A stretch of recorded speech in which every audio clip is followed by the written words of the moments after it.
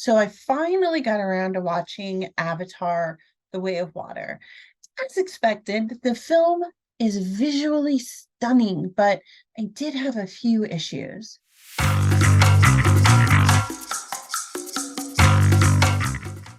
Hey, everybody, it's good to see you. Remember to leave a comment and let me know that you're here and let me know what you thought of Avatar: The Way of Water. This movie is absolutely worth the price of admission and should be seen in a theater. But if you're like me and you waited too long to see it on the big screen, it also still looks really great on smaller devices.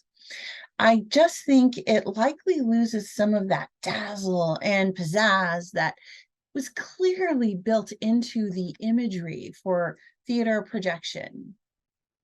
The technology behind The Way of Water is next level stuff.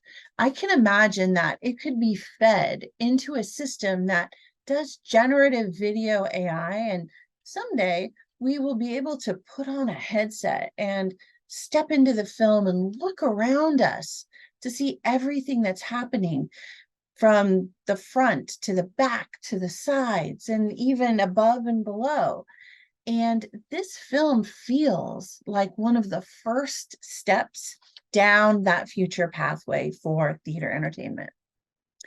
There is something magical about the setting and the scenery, and it simply is astonishing to look at, from the lush vegetation to the creatures in the forest and the air and the sea.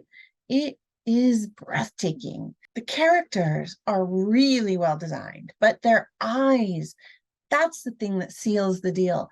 The eyes of the Navi and the creatures of Pandora are so lifelike and expressive. The tech that makes this work is a showstopper. So the CGI, the setting, the creatures, and the sound are all spectacular. That leaves us with the story, which is also pretty solid. The gist of it this time is that many years have gone by and Jake, Sully, and Neytiri now have a family. The Sky People, aka the humans, have returned, and they have brought some avatars with them. One is Sully's old commander, whose consciousness was digitally captured and stored before his death and has now been implanted into one of the new avatar bodies. This sets up the payback conflict that drives a lot of the action in the film, as well as the humans' need to clear the land of Navi so that they can begin building their new home and to do whatever needs doing for human survival, because clearly humans come first, in their minds at least. Cue the fantastic battle scenes, the flight of the Sully family, and the new water Navi allies who they find. And I gotta say, the water Navi are super cool. I love them. There are some logic gaps here that if you think too hard, you can't help but to think that wherever Sully goes, the avatars are going to find him and destroy everyone and everything in their wake. So whether it's the forest people or the water people, he's pretty much putting everyone he knows and everyone he encounters at risk, even those he's never met. This leaves you thinking that he should have just gone to an abandoned place somewhere, and even that would leave angry avatars burning and killing everything anyway. And even if they get Sully and killed him, the Sky People aren't going anywhere. They're making Pandora their new home. So really, taking the battle to the humans at scale with all the people of Pandora is their only real option. And it's the one that isn't really explored in The Way of Water. I guess that'll be in the next film. Either that or they're all magically sue for peace and have a happy ending, which I don't think that's in the cards either. So I think we have a big battle coming up in the next film.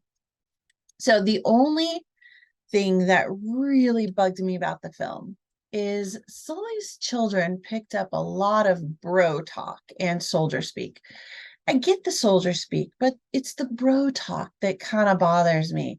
About 15 years have passed between the two films. That's a long time. The script has the boys talking to each other and other males as bro. That is definitely not a Navi term, nor is it a term that a father or older adult men, because some humans did stay behind, would use in normal discussion with little young children. And sure, the children in the film now are, you know, early teens, clearly nothing beyond 14 years old. It just didn't sit right. It didn't feel natural to the character. It didn't feel natural to the script. Plus, the Sully children spend most of their time with the Navi kids. So the use of terms like bro just feels so bloody jarring every time I heard it. It feels like a term they put into the script intentionally to give it a modern military feel for today's audience. In other words, it doesn't fit into the story world that James Cameron created for this film. They should have just found a similar Navi term and normalized its use, even if we are hearing the English translation of the word in Navi.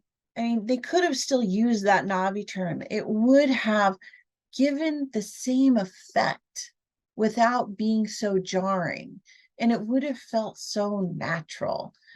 So that's my big nitpick for the film, which is actually quite small in comparison to everything else.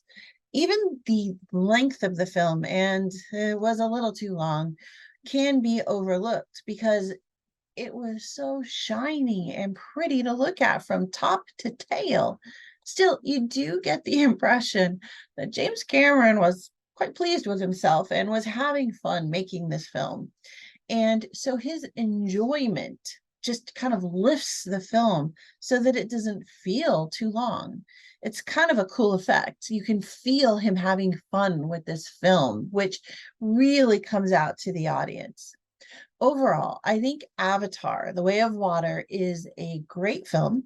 I wish I'd seen it in the theater, but still, it was a good time and I highly recommend it, even if you're streaming it from home or on one of your devices. Okay, that's all I have for you today. If you like this review, please hit subscribe and let me know you are here. And also drop a comment in. I want to know what you think about the movie. And I will see you all soon. Bye.